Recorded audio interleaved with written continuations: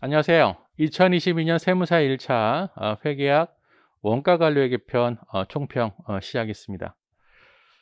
올해 총 16문제가 원가관리회계편에서 출제가 됐고요. 전통적으로 자주 출제되지 않았던 전략적 원가관리, 그 다음에 자본예산을 제외한 나머지 부분에서 골고루 출제된 걸로 볼 수 있어요. 세무사 1차 시험 같은 경우에는 출제 경향이 특정 부분에 어떤 편중돼서 많이 나온다든지 아니면은 굉장히 문제를 이렇게 꼬아서 이렇게 여러분들 힘들게 하는 문제는 자주 출제되지는 않습니다.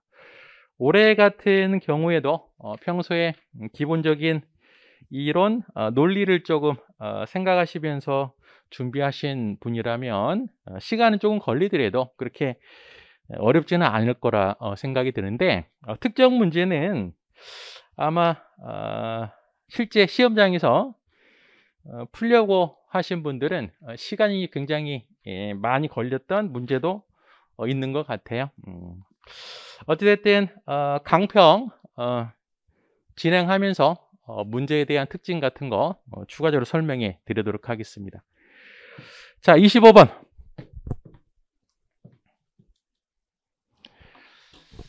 자, 25번은 제조원가 흐름에 관련된 문제죠.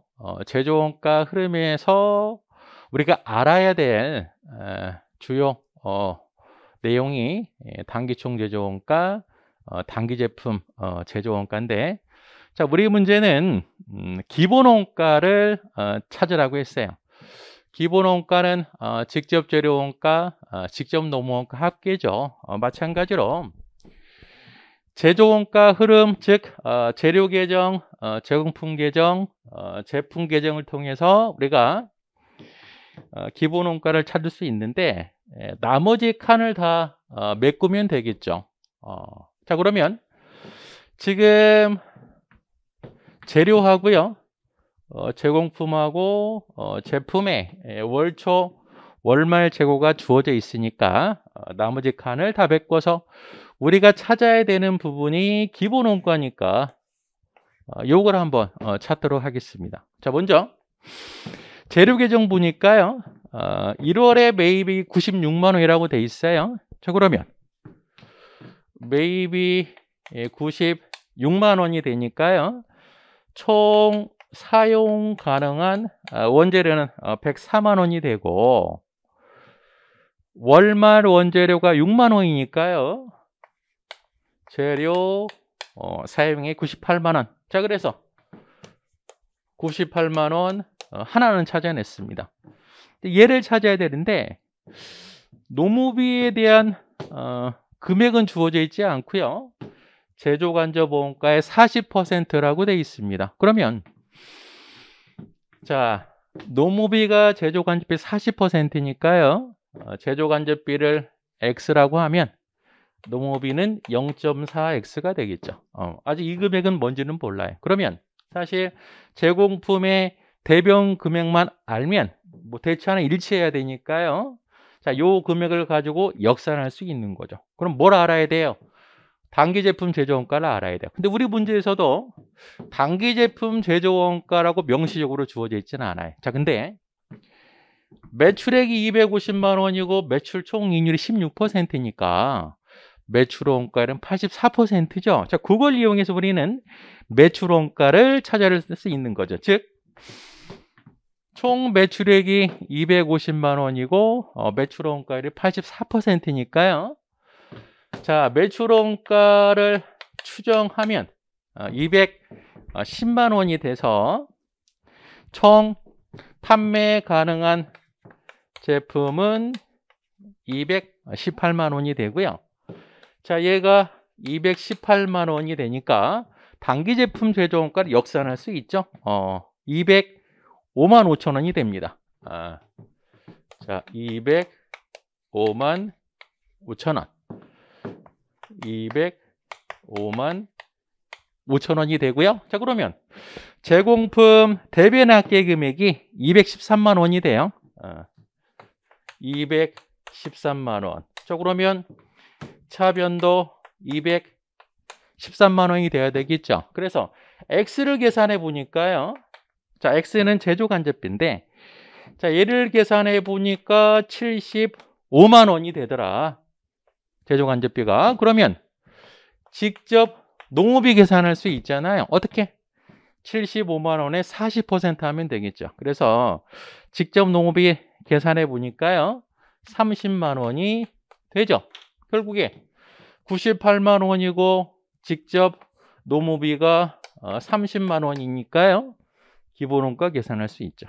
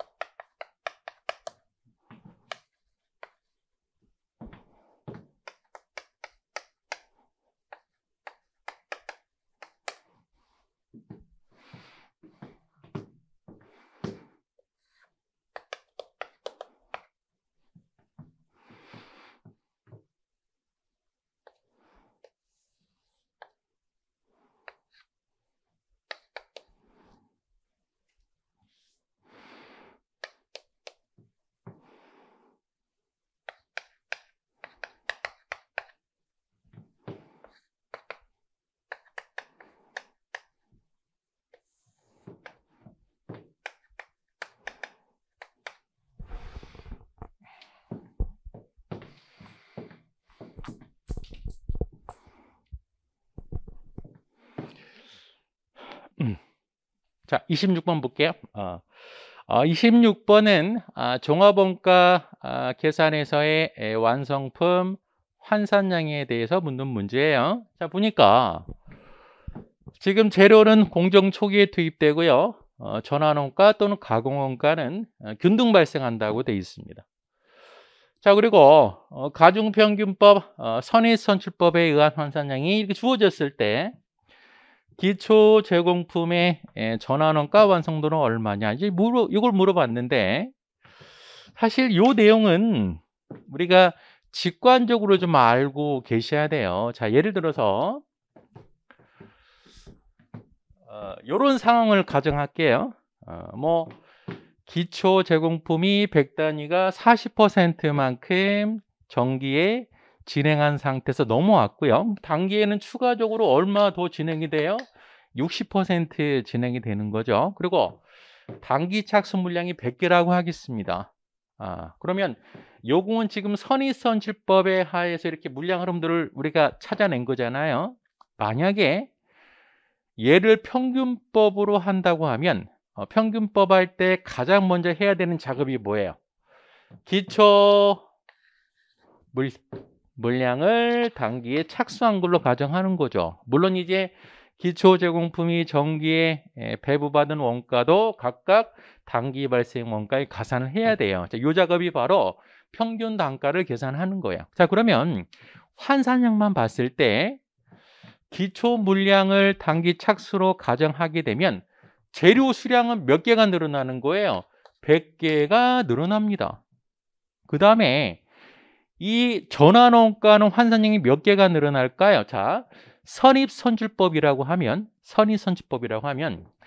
자, 60%만 가공원가를 환산해 주잖아요. 자, 근데 얘를 단기 착수한 걸로 가정하게 되면, 자, 전량이 다 단기 착수한 걸로 가정하기 때문에 선입선출법에 비해서 얼마만큼 늘어나요?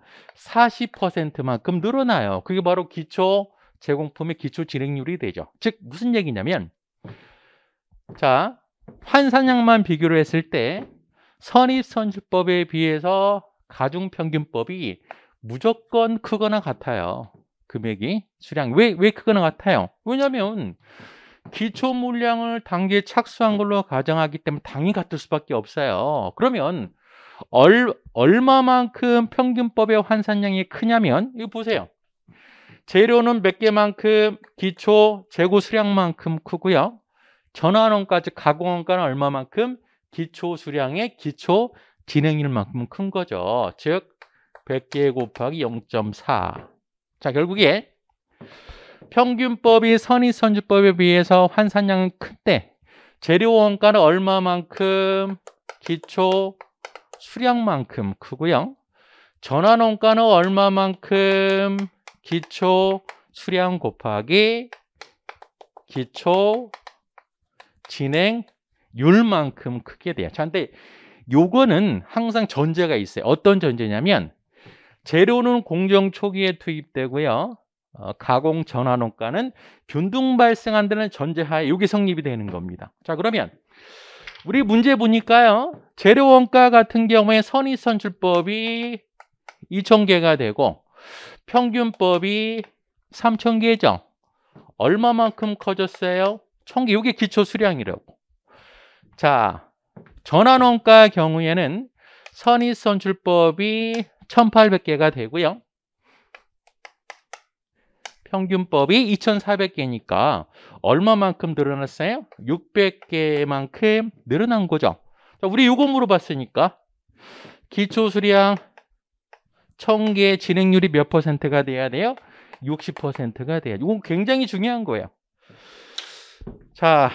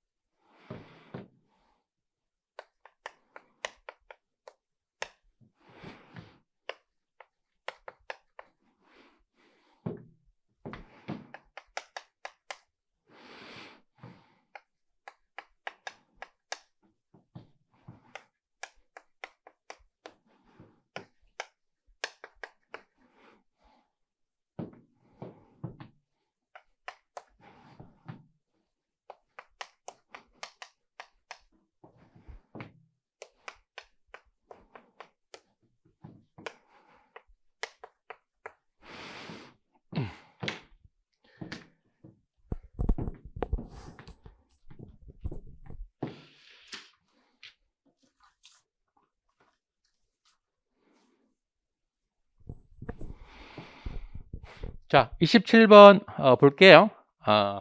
회사는 제조 부문인 절단, 조립 부문을 통해서 제품을 생산하고 있고요.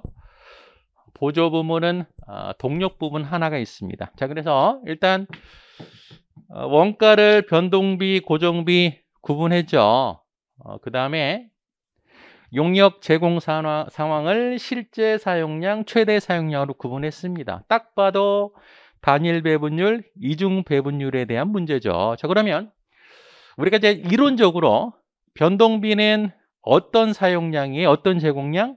실제 사용량이 되겠죠, 변동비는. 그리고 고정비는 최대 사용량이 될 거예요. 근데 이 문제는 사실 이중 배분율을 물어봤는데 변동비는 실제 사용량, 고정비는 최대 사용량 이렇게 하라는 말은 없어요. 그래도 우리는 관행적으로 해왔기 때문에 그렇게 풀어야 되는 문제예요. 자, 그러면 이중 배분율법은 24만 원을 요 비율로 나눠주면 되고요.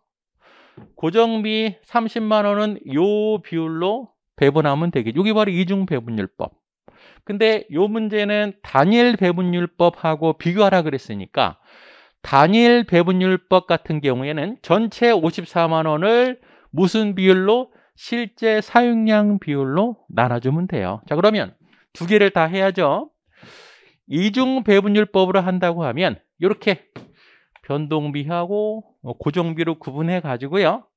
자, 24만 원을 요 비율로 안분해야 됩니다. 즉 24만 원의 총 800kW 분의 500kW만큼이죠. 얘를 계산해 보니까요. 15만 원이 되고요. 자, 얘는 그러면 얼마가 돼요? 9만 원이 되겠네요. 자, 고정비 30만 원은 요 비율로 안분하는 거니까 5대5죠, 5대5. 그래서 15만 원, 15만 원이 됩니다. 자, 그래서 절단 부분 같은 경우에 이중 배분율법으로 배분하게 되면 30만 원이 되죠. 자, 이제 단일 배분율법은 합한 금액, 즉 54만 원을 실제 사용량 비율이니까요.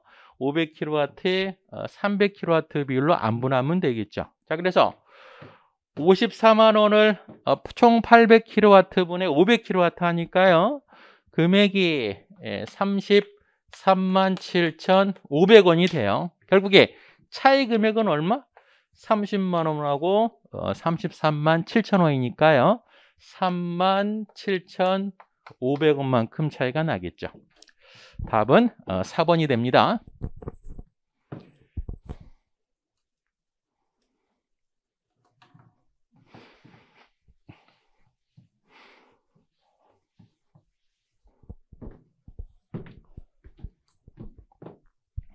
(28번) 볼게요.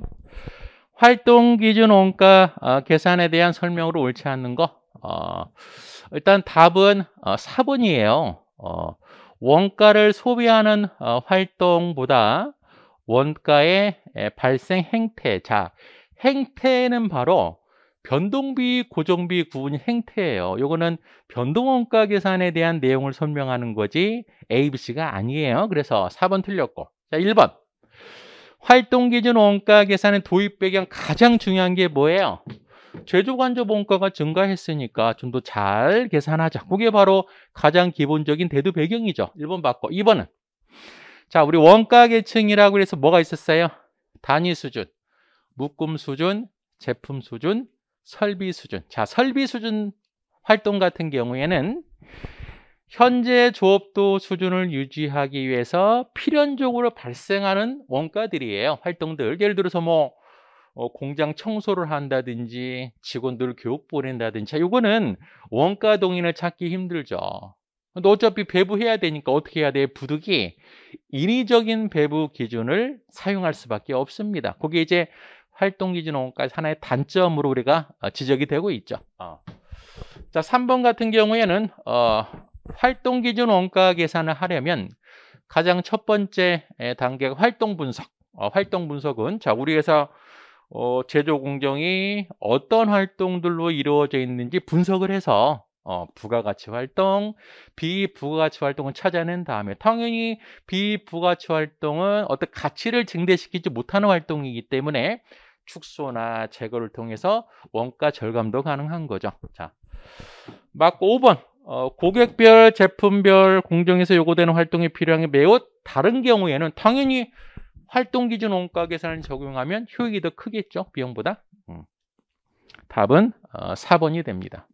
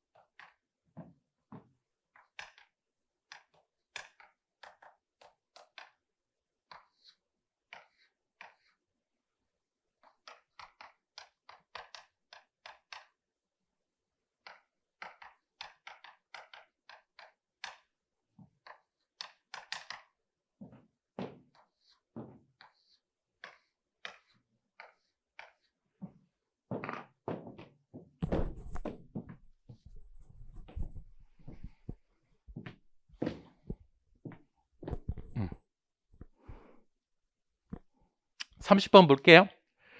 30번 다시요. 29번 보겠습니다. 29번은 결합원가에 관련된 문제고요. 우리가 결합원가 하면 나올 수 있는 문제가 두 가지 형태가 있죠. 결합원가를 어떻게 배분할 거냐. 그 다음에 분리점에서 판매 가치도 있고 추가 가공 후에 판매 가치가 있다면 추가 가공을 할 거냐 말 거냐. 두 가지가 주로 문제 출제에 나오는데 이 문제는 결합원가 배분에 관한 문제예요. 자, 전통적으로 결합원가 배분에 관한 문제는 순실현가치법이 많이 나오는데 이거는 균등 매출총 이익률법이에요. 자, 근데 이 문제에서 여러분들이 이제 조금 혼돈할 수 있는 포인트가 판매죠. 판매비. 자, 판매비는 어때요? 매출총 이익에서 그 다음에 빠지는 비용이기 때문에 명시적으로 균등매출총 이익률법이라고 하면 판관비를 고려하면 안 돼요. 그것만 주의하시면 될 것 같아요. 자, 일단 결합원가와 관련된 문제는 이렇게 물량 흐름들을 먼저 그려야죠. 자, 그래서 결합공정에서 원가 다 더해 보니까요. 직접 재료 원가, 직접 노무 원가, 제조 간접 원가 다 더하니까 260만 원. 이거 바로 결합 원가가 되고요. A, B가 있는데 각각 수량이 1000개, 1500개가 되고요. 추가 원가가 85만 원, 110만 원이 되고 판매 가격은 2,000원, 3,000원이에요. 그 다음에 판매비가 각각 12만 5천 원, 20만 원 주어져 있는데 우리 문제에서는 매출총 이익률법이기 때문에 요거는 고려하면 안 되는 자료더라. 자, 그 다음에 이제 260만 원의 결합원가를 A, B에 배부해야 되는데요. 균등매출총 이익률법이기 때문에 이렇게 정리를 해야죠. 자, 균등매출총 이익률법은 뭐예요? 모든 제품의 이익률이 동일해야 됩니다. 결과적으로 회사 전체 이익률하고도 동일해야 돼요. 자, 제품별 매출액 계산해서 총 매출액에서 결합원가는 아직 모르죠, 얼마인지 우리가. 그쵸? 우리는 배부해야 돼요. 자, 요 자료 우리 문제에서 요구하는 게 바로 요거죠. 얼마 배부돼야 되느냐. 그래서 총 결합원가, 총 추가 원가를 뺀 회사 전체 매출 총이익이 195만 원이 돼서 매출 총이익률이 30%가 돼요. 그러면 개별 제품의 매출 총이익률도 30%가 돼야 되니까요. 200만 원에 30% 하게 되면 얘가 60만 원이 되죠. 그러면 결합원가는 끼워 맞추기로 계산할 수 있죠. 요게 55만 원이 됩니다. 답은 2번이 돼요.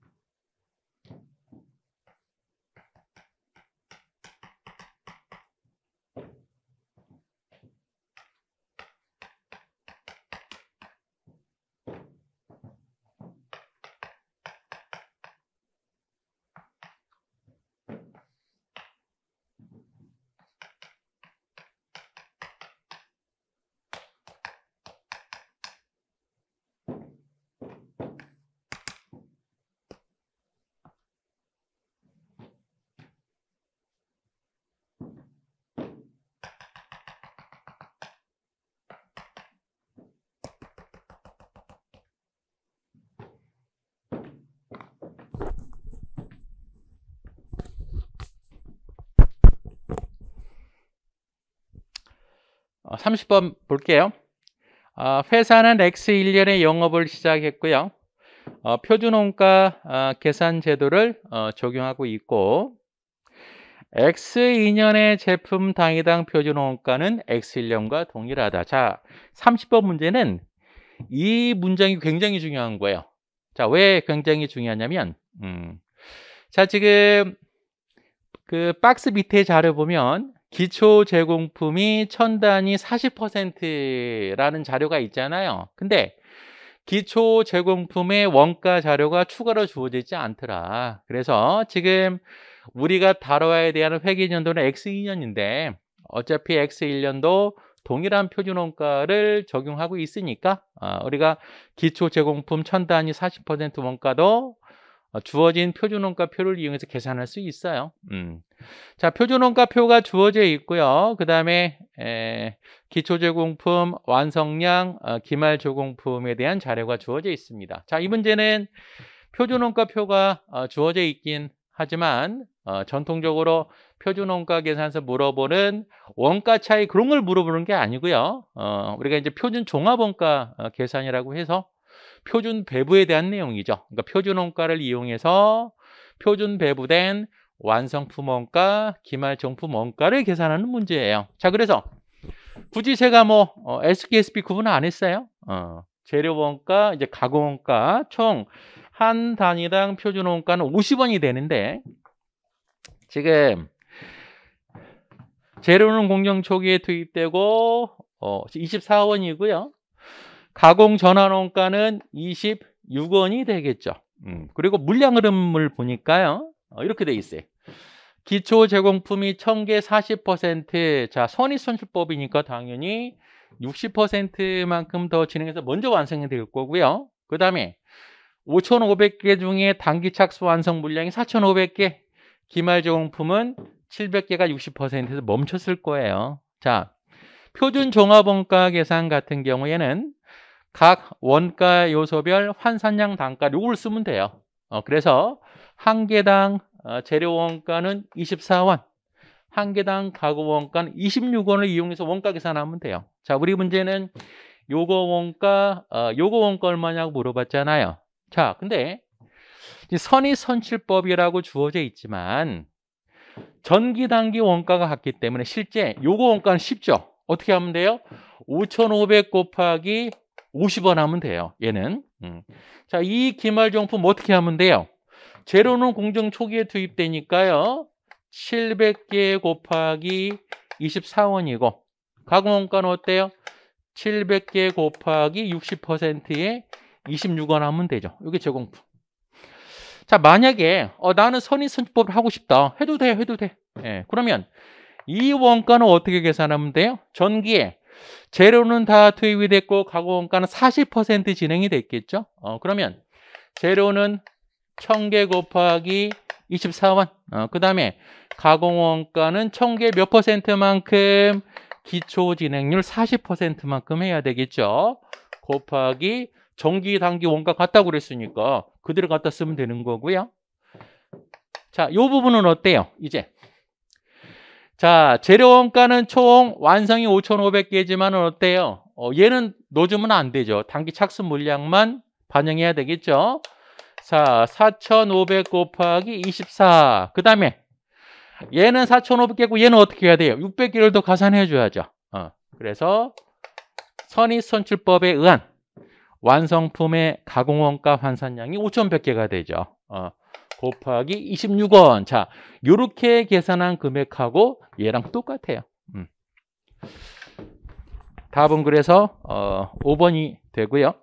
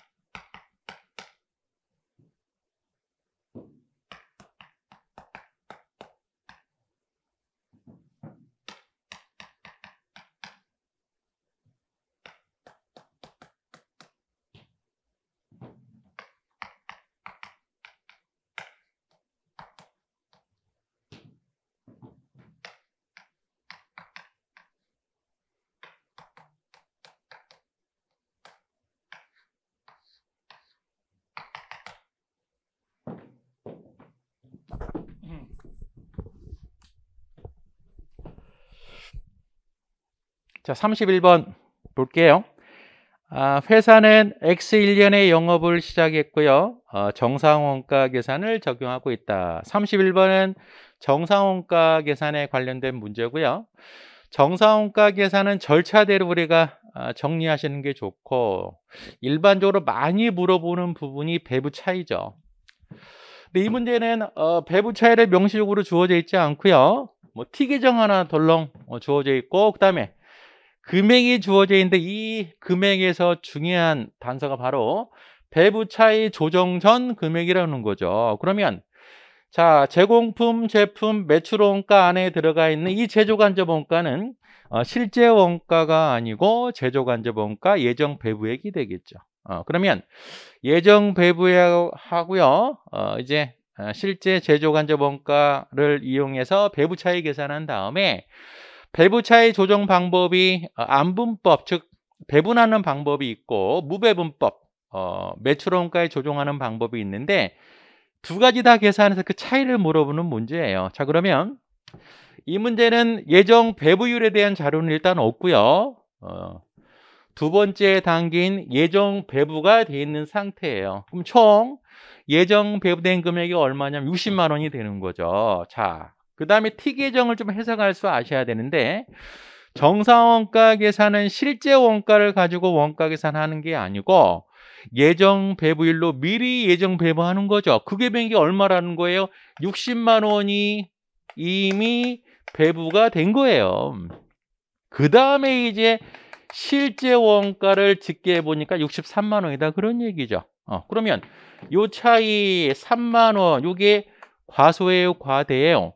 실제가 배부보다 크니까 당연히 과소 배부죠. 그럼 우리는 이 과소 배부액을 이제 조정을 해줘야 되는데 원칙적으로 따지면 뭘로 조정해야 돼요? 요 금액으로 조정하는 게 논리적으로 맞죠. 자, 왜? 배부 차이가 발생하는 원인이 제조간접비를 요 금액으로 예정 배부했기 때문에 이 금액 비례를 안분하는 게 맞아요. 요거를 뭐라고 그래요? 원가 요소 기준 비례 배분법이라고 그러죠. 자, 그 다음에 배분하긴 할 건데 요걸로 하지 말고 요걸로 하자. 우리 문제는 요걸 물어본 거예요. 총가 기준 비례 배분법. 자, 그러면 총가 기준 비례 배분법을 하게 되면 3만 원의 과소 배부액이 매출 원가에 얼마만큼 배부가 될까요? 즉 3만 원 곱하기 총 금액 200만 원 중에 90만 원만큼 배부가 되겠죠. 그래서 자, 총원가 기준법으로 하게 되면 13,500원이 매출 원가에 가산이 되죠. 왜 가산이 돼요? 과소배부니까 매출 원가 늘려주는 거라고. 요만큼이 매출 원가의 가산이 되는 거죠. 자, 만약에 매출 원가 조정법을 선택한다 그러면 3만 원 전액 다 매출 원가를 가산시키잖아요. 요 차이 금액을 물어봤으니까 차이 금액이 얼마가 돼요? 16,500원이 되는 거죠. 답은 그래서 1번이 됩니다.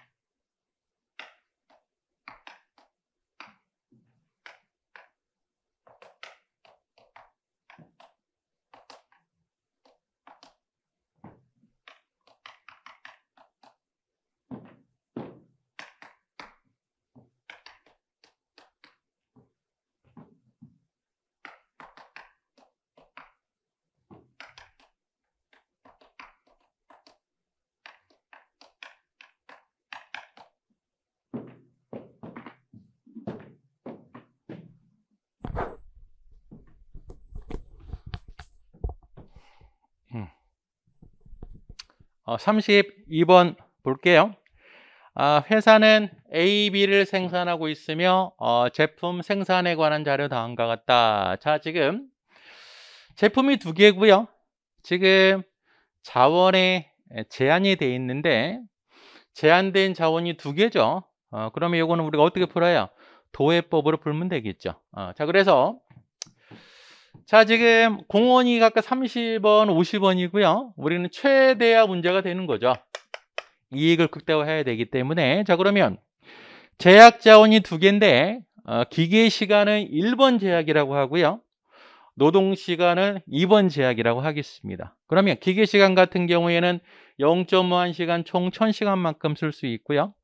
노무 시간은 1.5, 2시간 총 2400시간 쓸 수 있고 뭐 요거는 당연한 거죠. A, B는 0보다 크거나 같아야 되고요. 자, 요 상황을 그래프로 옮겨보면 1번 제약 같은 경우에는 총 1000시간 가지고 A 2000개, 1000개를 생산할 수 있고요. 2번 제약으로는 A는 1600개, B는 1200개 생산할 수 있어요. 우리는 두 개의 제약 조건을 만족하는 것 중에 가장 이익을 극대화, 즉 최대화 문제이기 때문에 많이 생산하는 걸 찾으면 되죠. 그럼 실행 가능 영역은 요 구간이 될 거고요. 우리가 이제 꼭지점이 있다고 하니까 최적혜는 요 점, 요 점, 요 점인데 요거는 A 1600개, B 0. 얘는 A 0, B 1000개. 요 점은 어떤 점이에요? 요 두 개가 만나는 점이죠. 저 그러면 얘는 자, 0.5A 더하기 B가 1000시간. 그 다음에 1.5A 더하기 2B가 2400이니까요. 연립방정식 계산할 수 있죠. 저 같으면 이렇게 할 것 같아요. 얘를 곱하기 2를 한번 할까요? 그러면 A 더하기 2B는 2000이 되니까 빼면은 0.5A가 400이 되죠. A는 800이 되고 800을 여기 집어넣으면 B는 600개가 돼요. 그래서 800개, 600개가 됩니다. 그러면 요 점을 목적함수에 집어넣은 다음에 이익이 크고 선택하면 되죠. 자, 이 문제는 이익 금액을 물어보는 게 아니고요. 이익이 가장 큰 최적혜를 물어봤으니까 고정비는 고려하지 않아도 돼요.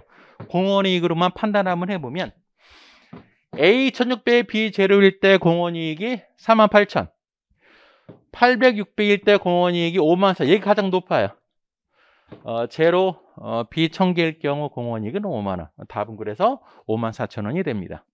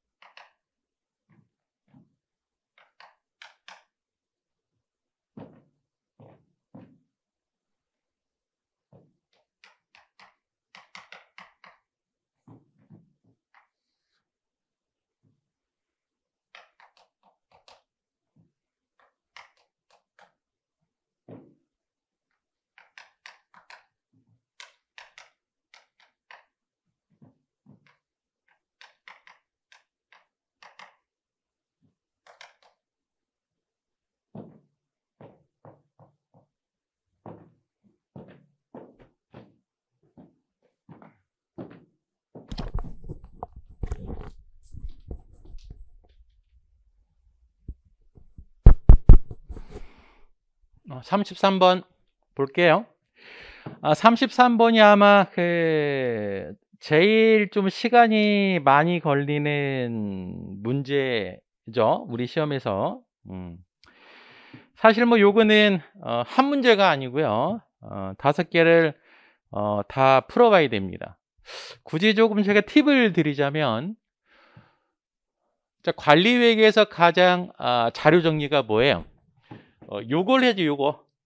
즉 가격, 변동원가, 공원이익, 고정원가 자료를 정리해야 됩니다. 그래서 얘만 정리가 되면 사실 4, 5번은 되게 쉬워요. 그러면 시간이 부족하다고 하면 얘는 물론 정리를 해놨을 거고요. 얘 정리하는 순간 자동적으로 4, 5번은 계산이 되기 때문에 일단 요 자료 정리가 굉장히 중요한 거죠. 자, 볼게요. 자, 회사는 단일 제품을 생산 판매하고 있고요. 가격은 7,500원으로 고정이 돼 있어요. 그리고 모든 제품은 생산된 용도의 전량 판매, 여기 12P 분석 기본 가정이 되죠. 재고는 없고요. 자, 2년 자료가 주어져 있는데 X1년 같은 경우에는 지금 생산량하고 총 제조 원가가 있죠. 자, CBP 분석은 단기 의사결정이기 때문에 변동비, 고정비로 구분해야 돼요. 즉, 이 안에는 변동비, 고정비가 들어가 있다는 거예요. 자, 그러면 우리가 원가 함수 추정하는 방법 굉장히 많은데 일반적으로 가장 어떤 방법을 많이 써요? 고조전법을 많이 쓰죠. 물론 우리 문제는 고조전법이라고 써 있긴 한데 이게 없다고 하더라도 사실 요 두 가지 조업도를 이용해서 변동비, 고정비 계산할 수 있어요. 자, 그러면 자, 고조전법을 이용해서 X1년의 변동비, 고정비 계산하고 가격이 있으니까 자료 정리할 수 있고요. X2년도 마찬가지죠. 두 가지 조업도 있으니까 변동비, 고정비 구분할 수 있고 가격은 동일하니까 자료 정리할 수 있습니다. 자, 일단 요거부터 한번 해볼게요. 자, 그러면 X2년 제가 해놨어요. 또 논리가 똑같은 거니까요. X1년을 보겠습니다. 자, 상반기 총 300개 팔았을 때 총원가가 165만 원이래요. 자, 그 다음에 상반기 200개죠. 200개 팔았을 때 120만 원이고요. 하반기 300개 팔았을 때 165만 원이래요. 자, 그러면 A가 바로 뭐예요? 이게 고정비죠.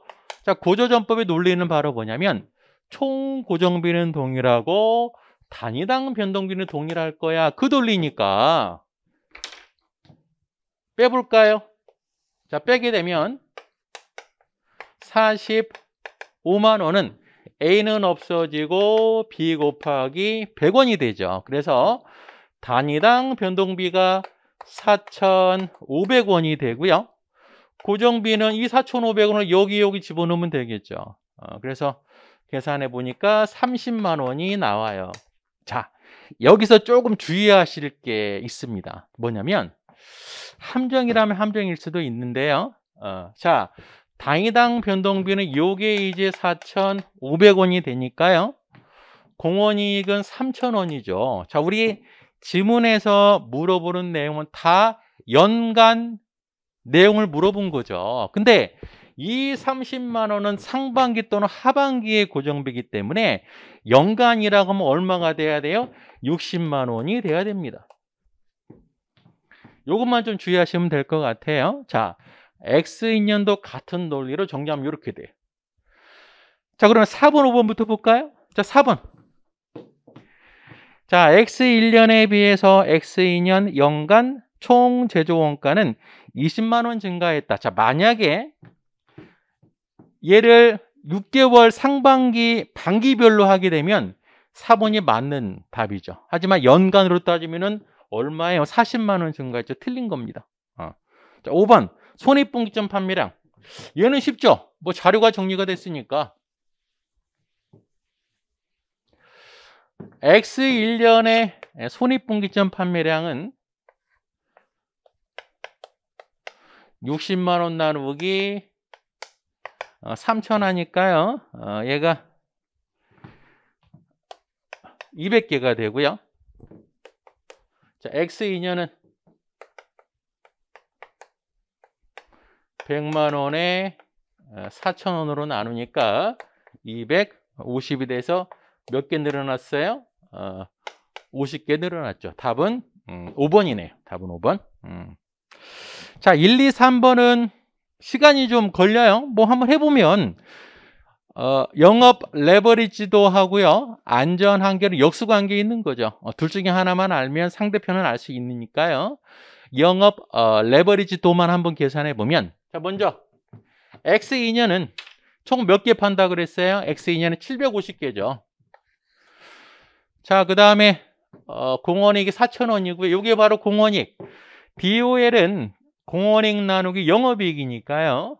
영업이익 나누면 X2년의 DOL은 1.5가 나오고요. X1년 같은 경우에는 500개 공원이익 3,000원. 이게 총 공원이익. 영업이익은 고정비 60만 원 빼서 나눠보니까요. 1.6이 됩니다. 그러면 DOL은 줄어들었죠. 안전한계율은 1 나누기 DOL에서 한번 계산 한번 해보세요.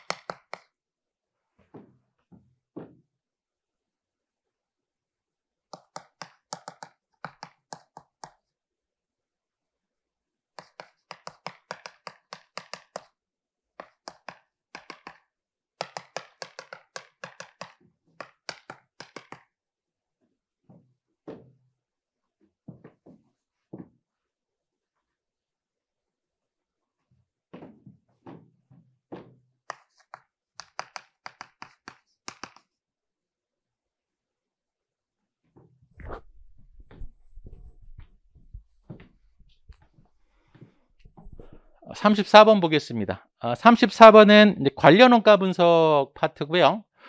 관련원가 분석에서 자가제조 외부 구입 의사결정이에요.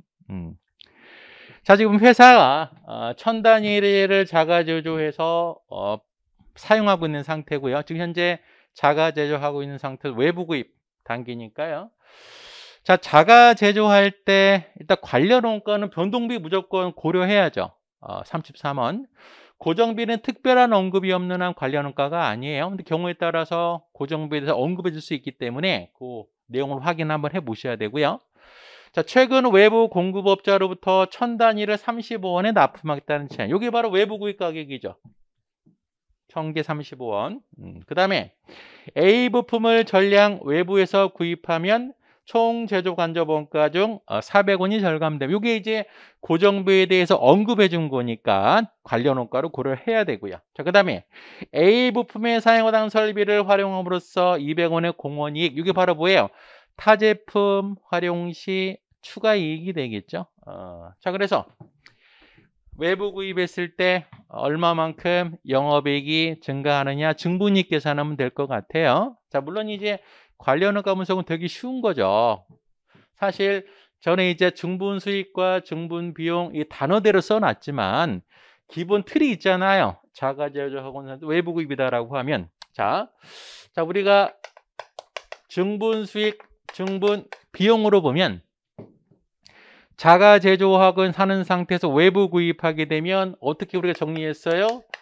생산을 하지 않고 구입 비용이 들어가고 생산하지 않으면 비용이 줄어들고요.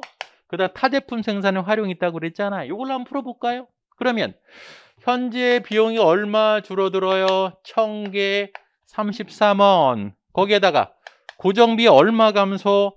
400, 먼저 400원. 그렇죠? 그 다음에 여유 설비를 활용해서 얼마의 공원이익 벌어요? 200원의 공원이익 버는 거죠. 자, 외부 구입 비용은 1000개 곱하기 35원 하면 증분이익 계산할 수 있죠. 쉽게. 거의 요 틀을 좀 벗어나지 않아요. 요거를 여기 틀 한번 옮겨보면 자, 공원이익 얼마? 200원. 변동비 얼마 감소돼요? 자, 요거 할 때 주의사항이 얘는 플러스고 얘는 마이너스 또 얘는 마이너스 중에 마이너스잖아요. 좀 헷갈릴 수 있어요. 이럴 때는 그냥 플러스는 그냥 양수로 쓰고요. 플러스 효과는 마이너스 효과를 음수로 표시하는 게 더 나을 수도 있어요. 그러면 변동비 절감은 얼마? 어떻게 보면 플러스 효과잖아요. 1000단위 곱하기 33원. 고정비 감소는 얼마?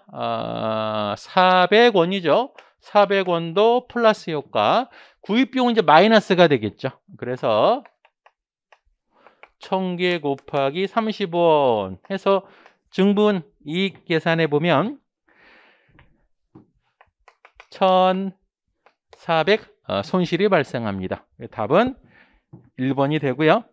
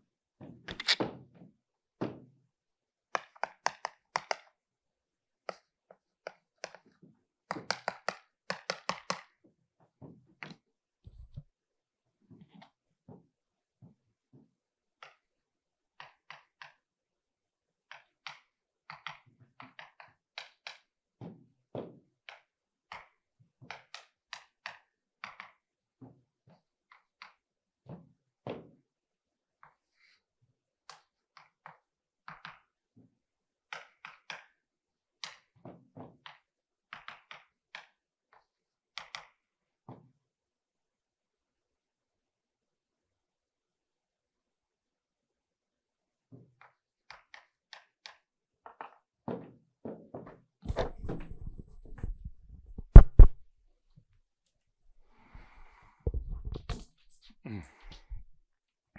35번 볼게요. 35번은 이제 표준원가 계산 제도와 관련된 문제고요. 일반적으로 표준원가 계산 문제는 표준원가표하고 실제 원가가 주어진 다음에 이제 원가 차이 분석 모르는 게 일반적인 문제인데, 자, 이 문제는 차이 금액이 주어져 있고요. 필요한 자료를 역추적하는 문제입니다. 자, 볼게요. 자, 이 문제의 포인트는 매월 동일한 표준이다. 이게 이제 중요한 단서죠. 즉 5월, 6월에 표준이 동일하다라고 되어 있습니다. 제품 실제 생산량은 각각 100단위, 120단위. 이것도 참 중요한 거죠. 우리가 표준 배부에서 SQ를 뭐라고 그랬어요?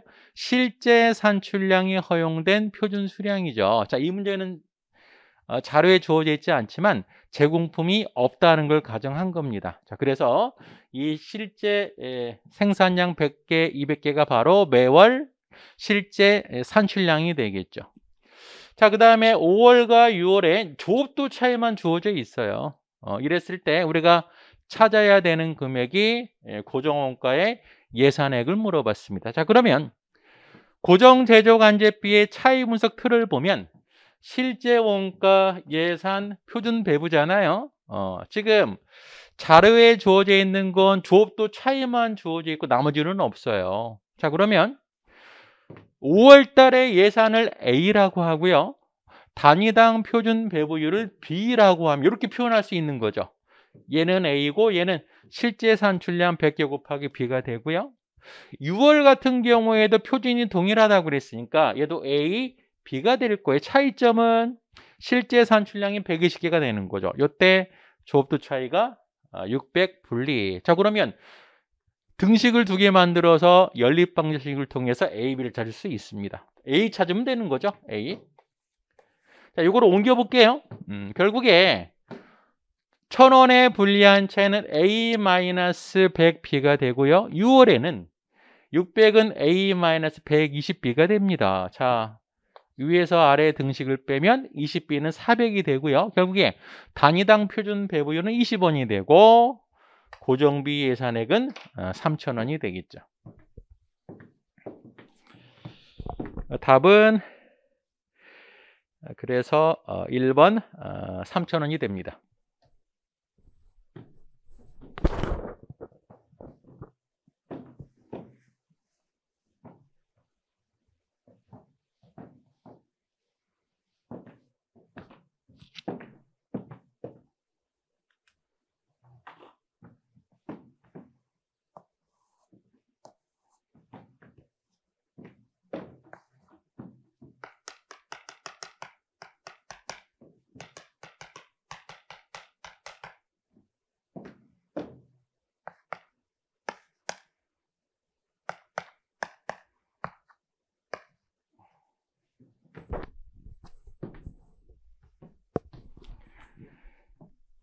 (36번) 볼게요. 36번은 학습 곡선에 관련된 문제고요. 학습 곡선은 모형이 두 가지가 있죠. 평균 시간 모형이 있고요. 증분 시간 모형이 있습니다. 주로 이제 학습 곡선은 EBS법으로 하는 방법이 있고 이제 함수식을 이용한 방법이 있는데 대부분 EBS법으로 해결하도록 문제가 주어져요. 자, 우리 문제도 이제 EBS법으로 해결할 수 있는 문제고요. 또 누적 평균 시간 모형이라고 했습니다. 자, 그래서 문제를 한번 살펴보면 처음으로 10단위를 생산했고요. 추가로 10개 생산하는데 시간이 처음 10개 생산 소요된 노무 시간의 60%가 된대요. 그 다음에 학습률을 물어봤습니다. 자, 누적 평균 시간 모형 같은 경우에 자료를 이렇게 정리해야 되는 거죠. 누적 생산량의 평균 시간 곱하면 총 시간이 되는 거죠. 자, 첫 단위 10개, 얘를 첫 번째 생산 단위라고 하면 우리가 지금 학습률만 물어본 거잖아요. 실제 몇 시간인지 주어져 있지 않아요. 그러면 얘를 X라고 하면 총 시간도 X가 되겠죠. 자, 근데 추가 10단위 생산할 때 처음 생산하는 것에 60% 더 들어간다고 그랬으니까 0.6X가 되겠죠. 그럼 두 번째 단위 생산했을 때 총 시간은 1.6X가 되고요. 평균 시간은 어떻게 돼요? 1.6X를 2로 나누면 0.8X죠. 그래서 학습률은 몇 %예요? 80%가 됩니다. 답은 3번이 됩니다.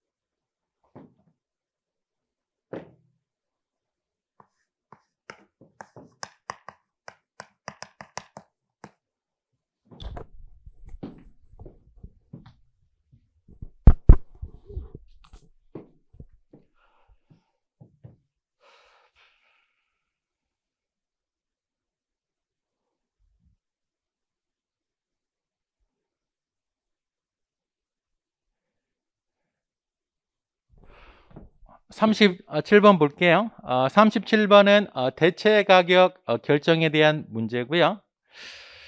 자, 지금 A 사업부가 공급 사업부, B 사업부가 구매 사업부고요. 매월 A 사업부는 4만 개를 50원에 전량 판매하고 있대요. 자, 근데 여기까지만 보면 A 사업부는 여유 설비가 없는 곳으로 생각할 수도 있어요. 왜냐하면 전량 판다고 그랬으니까. 자, 근데 추가적인 내용 보게 되면 A의 최대 생산 능력이 5만 단위니까요. 만 개만큼은 여유 조업도가 있는 거예요. 그 다음에 변동비가 35원. 자, 요것만 한번 정리해 보면 외부 판매 가격 50원이고요. 변동비 35원이고 공원이익 15원이고 최대 조업도는 5만 개, 외부에 4만 개 팔고 있으니까 만 개만큼은 여유 조업도가 있는 겁니다. 자, 사업부비는 최근에 신제품을 개발했고요. 지금 A 사업부로 하여금 X 플러스 2만 단위를 공급해 줄 것을 요청했대요. 자, 사업부 A가 부품 한 단위를 생산하기 위해서는 부품 X 두 단위를 포기해야 된다. 기회비용이죠. 자, 이 기회비용 계산할 때 이제 요거 고려해야 되는 거죠. 자, 한 단위 생산할 때 두 개를 포기하기 때문에 2만 개를 대체하려면 4만 개를 포기해야죠. 근데 만 개만큼 여유 조업도가 있기 때문에 포기 수량은 3만 개만 포기하면 돼요. 3만 개에 15원이 기회비용이 되겠죠. 그리고 부품 X의 변동 제조 원가가 단위당 20원 재료 원가 추가한다고 그랬으니까요. 대체품에 대한 원가는 35원에 20원 가산해야죠. 그러면 공급사업부의 최소 대체 가격은 단위당 증분 원가 35원에다 그 다음에 추가 원가 20원 가산한 상태에서 단위당 기회 원가를 가산해야죠. 그럼 총 기회 원가는 몇 개를 포기해야 돼요? 3만 개를 포기하는 거죠. 한 개당 공원이익이 15원이 되고요. 대체 수량이 몇 개예요? 자, 2만 개가 되죠. 그래서 얘를 정리해 보면 답은 77.5가 됩니다.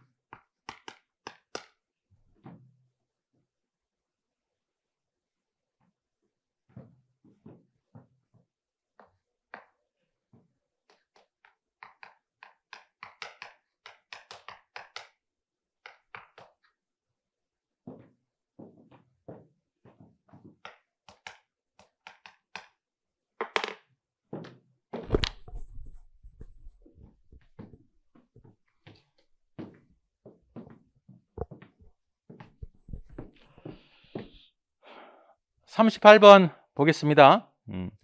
회사는 상품 배매입을 영위하고 있고요. 매출액 예산 다음과 같다. 종합예산에 관련된 문제고요. 지금 주어진 자료 보니까 매출액 자료가 주어져 있으면 만약에 문제가 현금 예산에 관련된 문제라고 하면 얘가 이제 중요한 자료가 되겠지만 우리 문제는 매입 채무 지급액을 물어보는 내용이기 때문에 얘를 매출 원가로 바꿔야 돼요. 자, 매출 원가를 주어져 있으니까 1월은 8만 원, 2월은 얼마가 돼요? 9만 원. 3월은 얼마가 돼요? 15만 원에 70% 하면 10만 5천 원이 됩니다. 이 상태에서 X1년 말 재무상태표에 표시된 상품 재고는 만 원이니까 요거는 X2년의 기초 재고가 되고요. 매입 채무는 42,400원이 된다. 자, 회사는 X1년의 매월 기말 재고로 다음 달 예상 매출 원가의 10%를 보유하고요. 매월 상품 매입액은 현금 매입 40% 하고요. 외상 매입 60%로 구성되고 있다. 자, 그러면 매월 상품 매입액은 매입액의 현금이 40%고요. 그 다음에 매입 채무가 60%로 구성되어 있고, 그러면 당월에 매입한 금액의 40% 현금으로 나가는 거죠. 그 다음에 60%는 언제 돈이 지출이 되냐면 그 다음 달 모두 지출이 된대요. 자, 그러면 여기 요 매입 채무 42,400원 우리 문제하고는 상관이 없어요. 왜 상관이 없냐면 2월의 현금 지출액이기 때문에 2월의 매입액 40%하고 1월 매입액 60%죠. 근데 얘는 전월 12월불 매입이기 때문에 우리 문제하고는 상관이 없는 자료예요. 자, 정리해보면 2월의 현금 지출은 결국에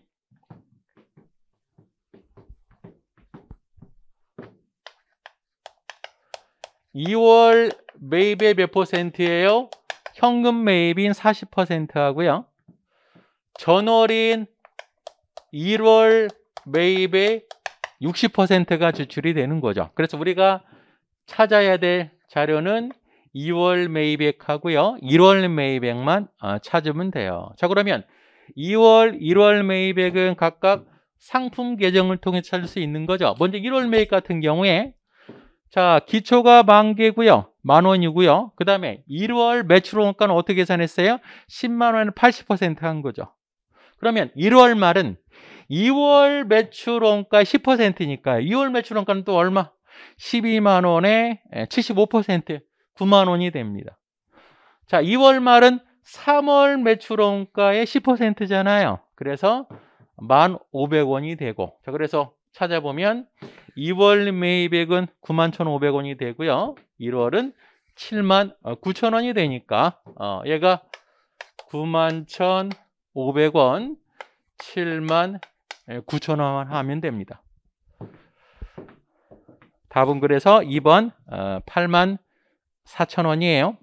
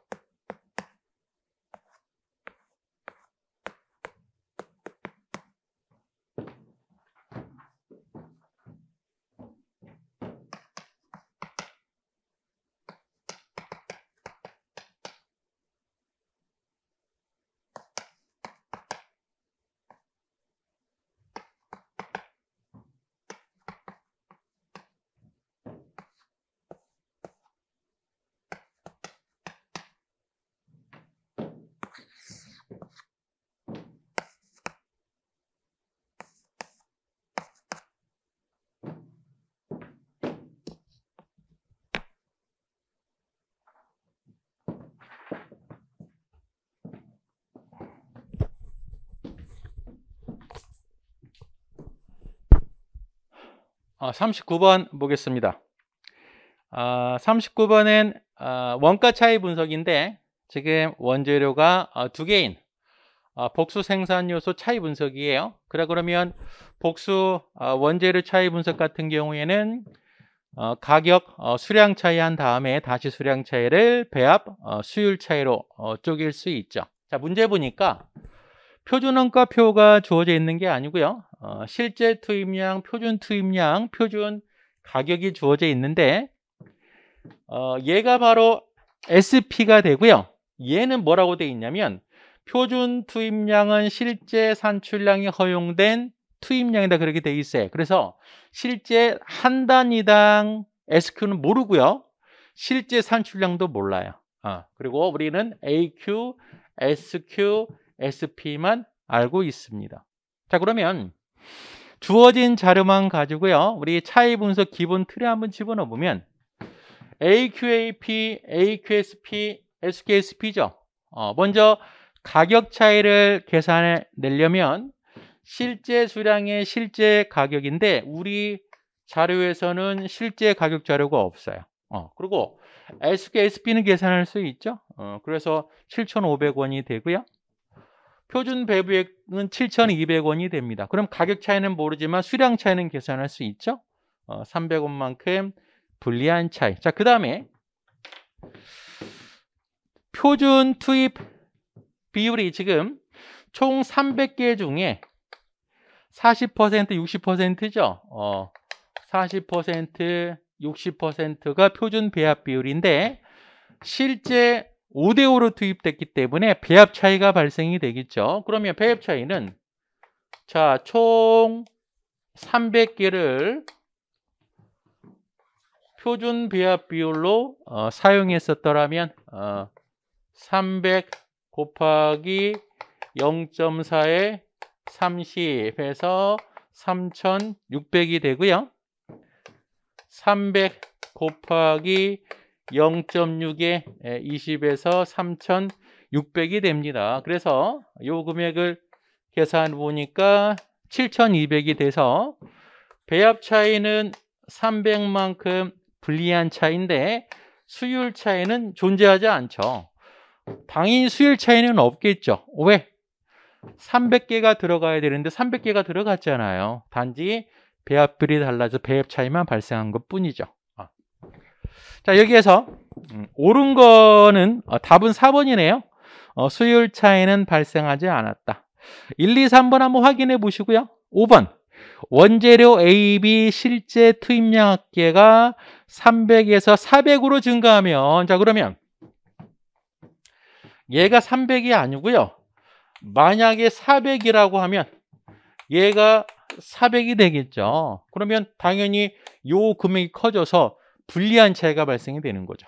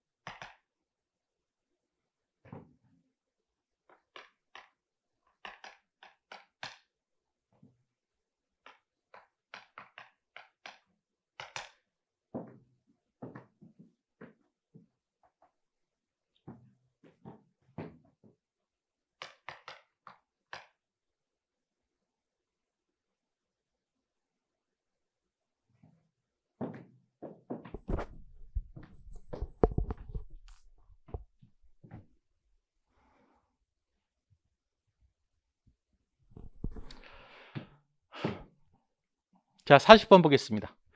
40번은 복수 제품 CVP 분석이고요.